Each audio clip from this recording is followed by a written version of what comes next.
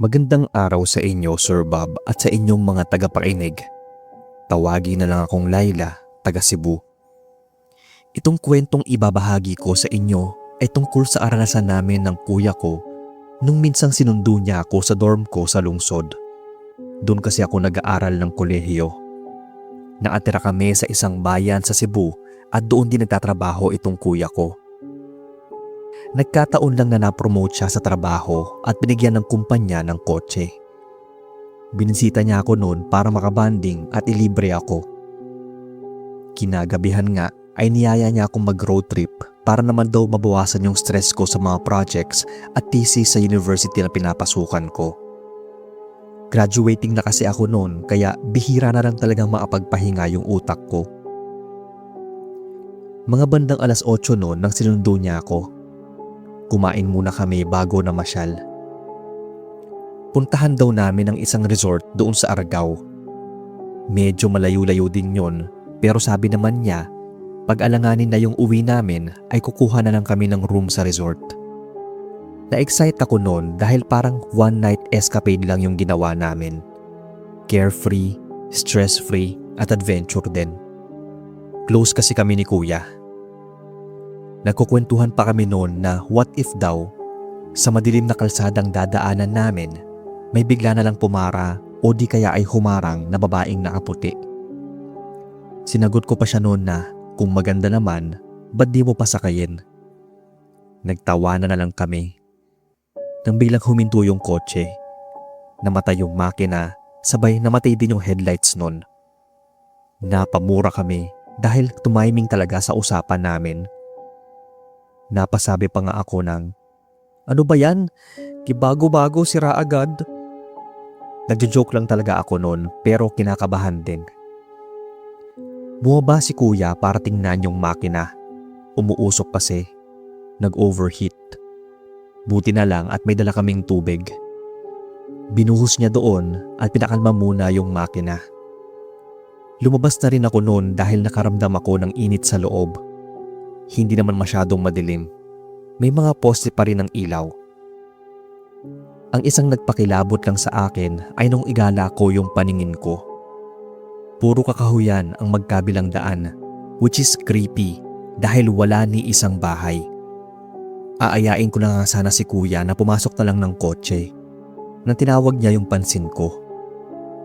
"Nakikita mo ba yun?" Tanong niya sa akin habang nakaturo sa may di kalayuan. Ang unang tingin ko ay apoy na parang nagmumula sa sulo. Yung kawayan na nilalagyan ng tela sa dulo saka inaapoyan. Pero walang tao, dagdag pa niya. Inaninag ko yun ng mabuti.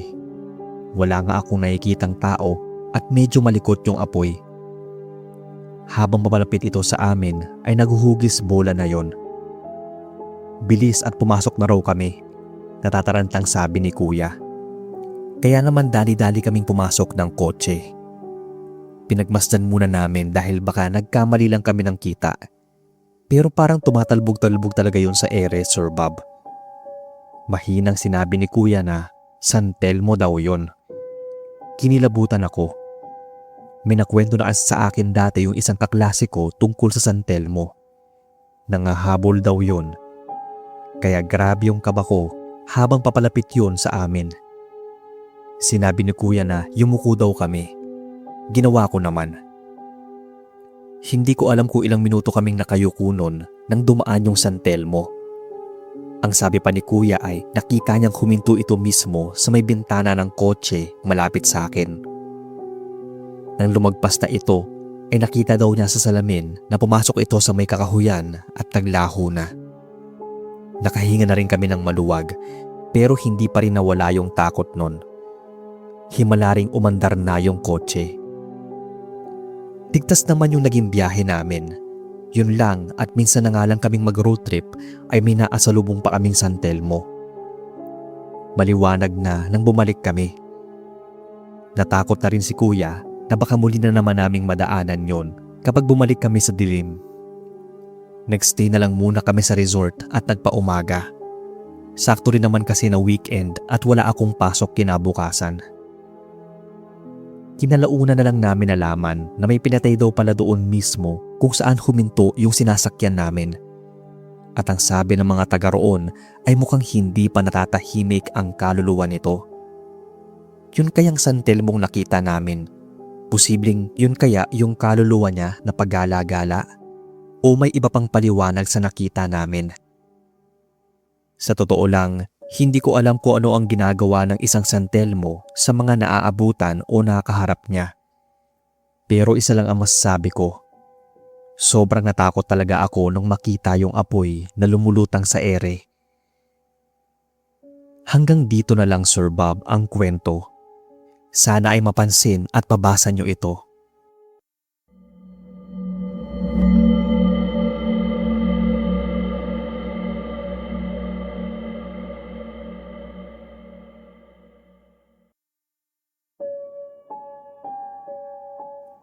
Hello sa inyo, Sir Bob, at sa lahat ng mga sumusubaybay at nakikinig sa inyong channel. Tawagin na lang akong Makoy, taga Laguna.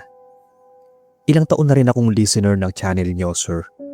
At kamakailan lang ay bigla kong naalala yung nangyari sa amin maraming taon nang nakalipas. Kasama ko noon yung girlfriend kong si Wayne nang mag-aya siyang mag-road trip daw kami papuntang Antipolo. Parehas kaming taga Laguna. Pero ilang taon din siya noong nanirahan sa Antipolo sa bahay ng tiyahin niya. Miss na raw niya yung mga tanawin doon kapag gabi. Wala namang pasok kinabukasan kaya pinagbigyan ko na.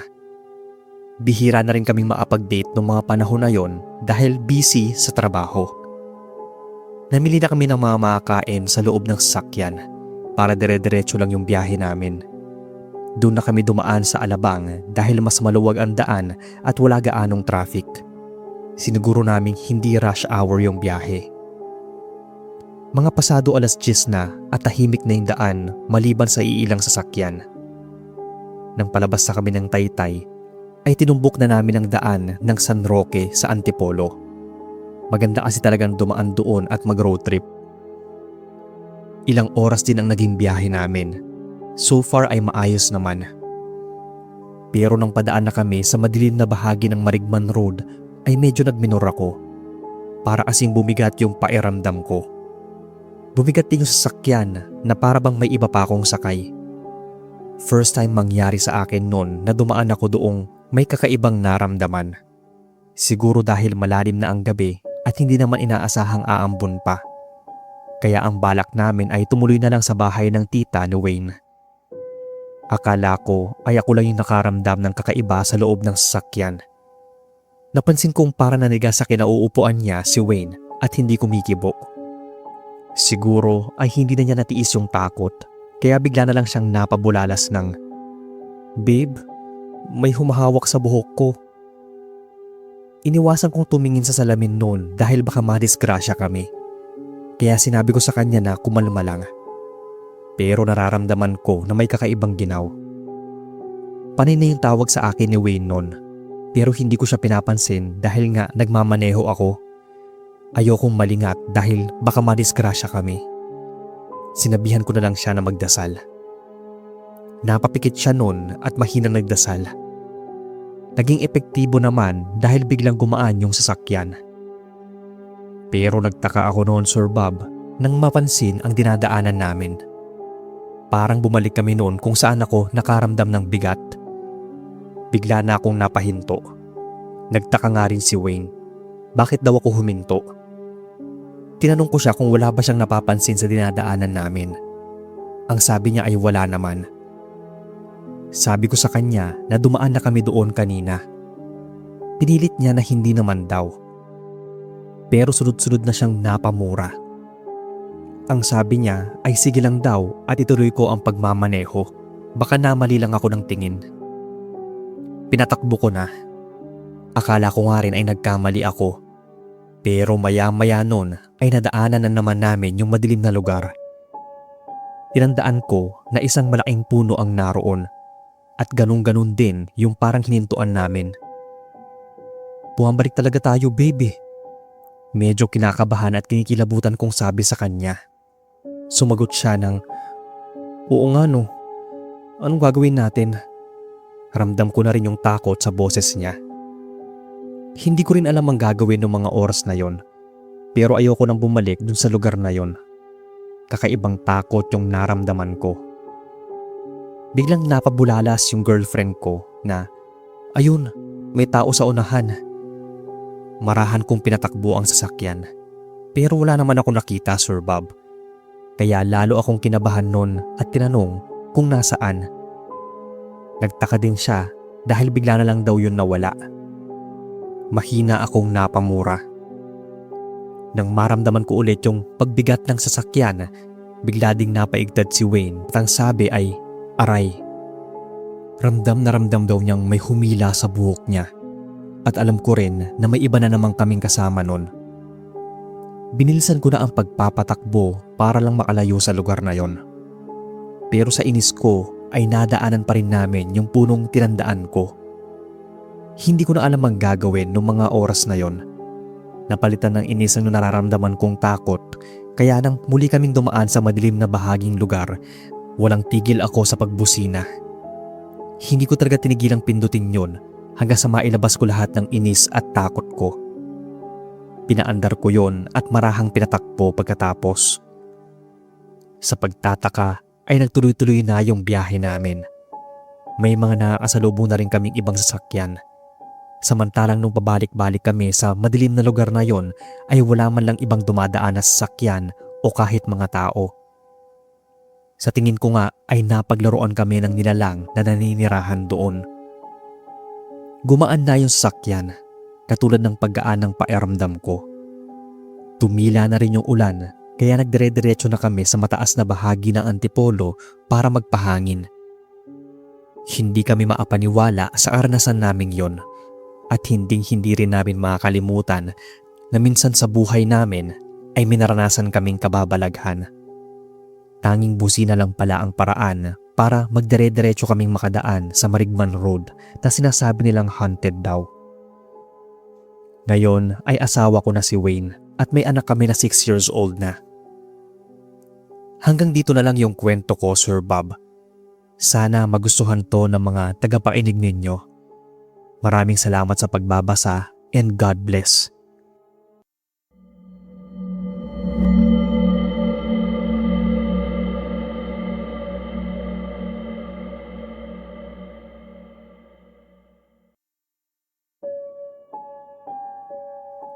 Magandang araw sa inyo, Sir Bob, pati na sa mga tagapakinig. Ako si Cindy, taga Nueva Ecija. Naririnig ko lang po yung mga kwento nyo sa kapitbahay namin. At dahil mahilig din ako sa horror, ay sinubukan ko rin makinig. Hanggang sa magustuhan ko na yung mga kwento nyo. Kaya palagi na rin akong nakasubaybay at nakikinig ng mga bagong uploads. Nagpatulong pa ako sa kanila kung paano magpadala ng kwento. Meron kasi akong gustong ibahagi. Karanasan ito ng lolo ko na dating jeepney driver. Kapag daw mataas ang grades no ni nanay at tito Juan sa school ay pinapasyal sila ni lolo sa bayan. Minsan naman daw ay nasa jeep lang sila at nagro-road trip. Mas maganda raw kasing paggabi dahil wala gaanong mga sasakyan, hindi matao at hindi rin mainit. Nang graduate daw ng grade 6 si tito ay nasama siya sa honor roll. Si nanay naman daw ay may honor din nung grade 4 siya. Kaya ang reward nila noon kay lolo ay ang kakain sa labas at magro-road trip. Kasama din daw nila si lola at ang pinsan nilang si tita Nene na nasa high school na. Gabi nang umalis sila dahil ang balak nga nila noon ay gumala hanggang kabilang bayan kung saan merong palabas dahil malapit na ang fiesta. Nawala raw sa isip ni lolo na madadaanan nila ang bantog na tulay na may nagpapakita at mga parang white lady. Dire-diretso lang daw siya noon habang dumadaan sila sa tulay. Mahaba yung tulay na yon at madilim. Kaya kapag dadaan ka ng gabi at nakatingin ka sa mismong tulay ay talagang kikilabutan ka. Lalo na pag may naglalakad doon na nakaputi. Kahit na sabihing hindi yun multo o white lady ay kikilabutan ka rin. Kasi nga sobrang dilim ng lugar. At ang magsing dulo noon ay puro kakahuyan na. Nang malapit na raw sila sa dulo ng tulay ay saka palang naalala ni lolo na bumusina. Hininto raw niya ang jeep. Nagulat pa raw noon sina Lola nang panay-busina na si Lolo at sa kanya pinatakbo ng tuloy-tuloy yung jeep. Si Nanay daw ay napasiksik kay Lola. Tinanong daw siya ni Lola kung anong nangyari sa kanya. Halos nanginginig kasi at hindi makapagsalita noon si Nanay, kaya niyakap na lang siya nito. Saka lang daw siya tinanong ulit nang naarating na sila ng kabilang bayan. Halos ayaw pa nga raw magkwento ni Nanay noon. Ang sabi daw niya kay Lolo, takot na siyang dumaan ulit sila sa tulay na yon. Habang dumadaan daw kasi ay may nakita siyang isang babaeng pumapara.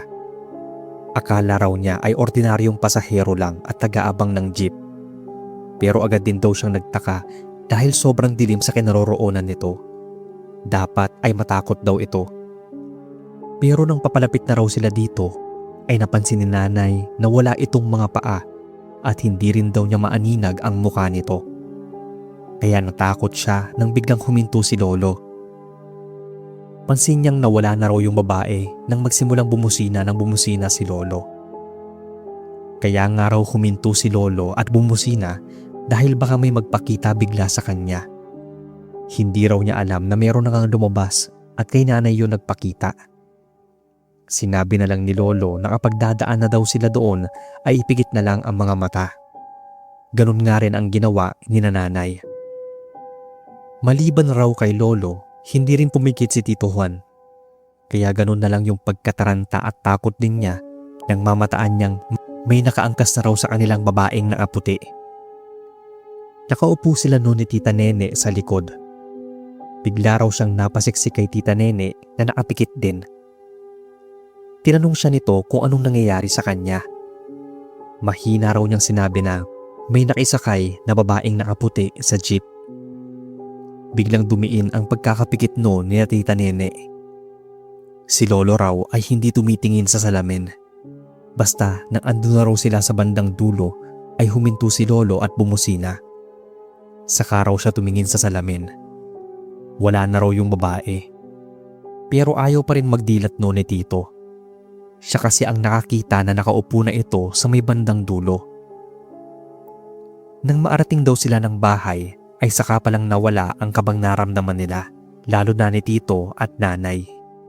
Pero ng gabi ding iyon ay hindi sila natulog sa silid, kundi naisiksik sila kina Lolo at Lola. Nang makwento nga niya yon sa akin ay tinukso ko na lang si Nanay ng road trip sa gabi pa more.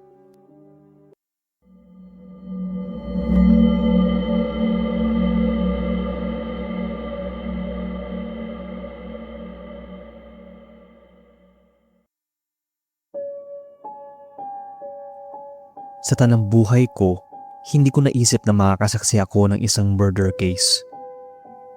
Good morning nga pala sa inyo, Sir Bob, pati na sa mga listeners. Itago niyo na lang ako sa pangalang Joko, taga Banduriao, Iloilo. Nasa high school pa lang ako nang mangyari ang karanasang ito. Merong hopper yung tatay ko at nagkayayaan kami ng mga barkada kong mag-road trip. 4 kaming magbabarkada at 2 yung dala naming motor. Tig-isa kami ng angkas. Nag-ikot-ikot lang kami papuntang Haro at tumuloy kami sa Parola. Doon, saglit kaming tumambay. Nang magsawa na, ay muli kaming nag-drive paikot sa Haro Plaza at pinasya namin na doon na sa Mandurriao mag-ikot-ikot. Nang maarating na kami sa may bandang tulay, ay bigla akong napahinto. Huminto rin yung kaibigan ko. Sa unahan kasi ay may natanawan kaming isang motorsiklo at tricycle. Nakahinto yon.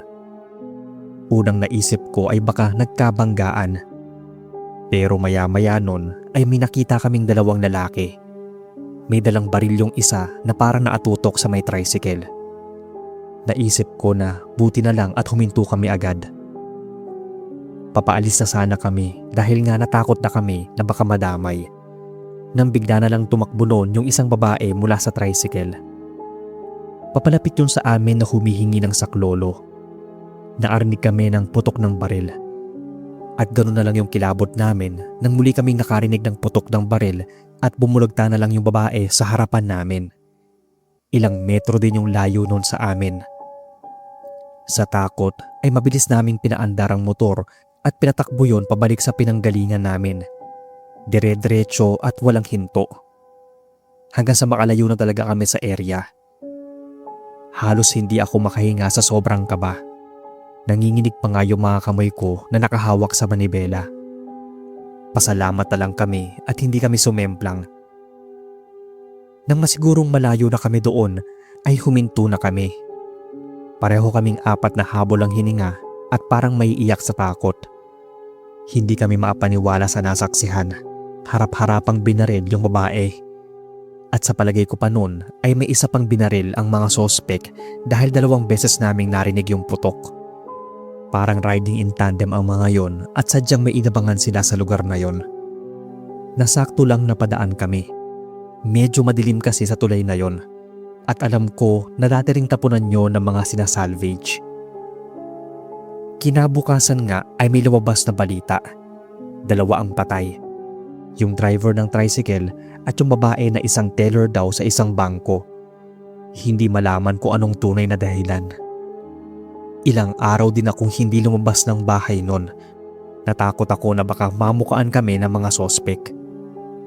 Kakaibang kaba rin yung naramdaman ko tuwing may nakikita akong magkaangkas sa motorsiklo, lalo na kung naka-helmet sila. Taon din ang lumipas bago muli akong nakatapak sa lugar na yon. At may kakaiba talagang kilabot akong nararamdaman kapag napapadaan doon. Muling bumabalik sa alaala ko yung nasaksihan namin, lalo na yung itsura ng babae habang unti-unti itong binabawian ng buhay. Ang sabi nga ng ibang dumadaan doon ay parang nagmumulto yung babae. Kakaibang lamig na kasi ang mararamdaman mo kapag dadaan ka doon. Meron nga raw dumaan na isang motorista. Nakarinig na lang ng pagsigaw ng isang babae pero hindi niya alam kung saan nanggagaling. Paminsan-minsan ay napapanaginipan ko pa rin yon pero dinadaan ko na lang sa dasal na sana ay matahimik na ang kaluluwa ng mga namatay doon sa may tulay. Ilang buwan din bago nahuli yung 2 sospek at napag-alaman na dahil lang pala yon sa utang. Pasensya na Sir Bob kung hindi ito yung tipikal na kwentong multo o aswang. Pero nakakatakot pa rin yung krimen na nagaganap, lalo kung nakasaksi ka mismo nito.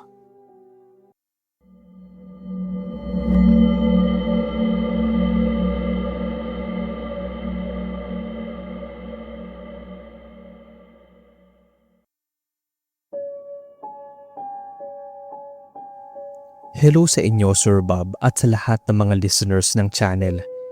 Tawagin niyo na lang akong Jasmine, taga Cavite. Gusto ko lang sanang i-share itong karanasan ko nung nag-road trip kami ng mga kaibigan ko. May susunduin kaming kaibigan na galing sa ibang bansa. Kaya habang mapunta ng Naiyawan ay naisipan na rin naming mag-road trip. Bihira lang kasi kaming magkaroon ng oras na gumala noon dahil magkakalayo ang mga bahay namin at abala sa kanya-kanyang buhay. 28 years old ako nang mangyari ito. May asawa at isang anak na lalaki. Ganon din ang 2 kaibigan ko na sina Jen at Sarina. Pareho na rin silang may mga asawa at anak. Itong susunduin naming kaibigan ay tawagin nating Ora na nag-Dubai. Single pa siya.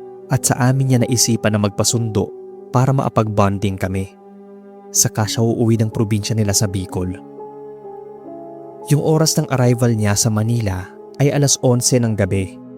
Medyo madedelay pa nga yung flight niya kaya inabot na rin kami ng alas 12 kakahintay. Naapagbabok na rin siya ng hotel noon sa Manila para doon kami mag-overnight. Tuwang-tuwa pa kami ni Viv dahil nga ngayon lang ulit kami nakapag-road trip. Si Sarina naman ay nagdadrive at tutok na tutok sa daan. Habang kami ni Viv ay tuloy-tuloy sa pagkukwentuhan. Nang bigla siyang napapreno, sabay mura. May bigla daw tumawid na pusang itim. Nakita pa raw niyang tumingin ito sa sasakyan namin nang maatawid. Pero bigla ring nawala sa tabi ng daan. Napa-sign of the cross kami ni Viv. Di ba nga ang sabi nila, bad omen daw yun. Sinabi namin ni Sarina noon na magdahan-dahan at baka may mabangga siya. Kaya marahan na niyang pinatakbo ang kotse. Medyo mabilis din kasi siyang magpatakbo at muntikan na raw niya talagang mabangga yung pusa. Nasa GMA pa lang kami noon. Nang maarating kami ng Pag-asa ay namatayan naman kami ng makina. Pagminalas-malas talaga. Marami namang bahay at establishment sa gilid ng daan nang nahintuan namin. Pero patay na ang ilaw ng mga yon. Pasado 9:00 na rin kasi. Habang inaayos yung makina ay naghanap kami ni Viv ng mabibilhan ng snacks. Medyo nagutom kami dahil maaga kaming naghapunan. Habang naglalakad ay may bigla namang dumaan sa harapan namin na isang itim na pusa. Gulat na gulat kami noon at hindi agad naagalaw.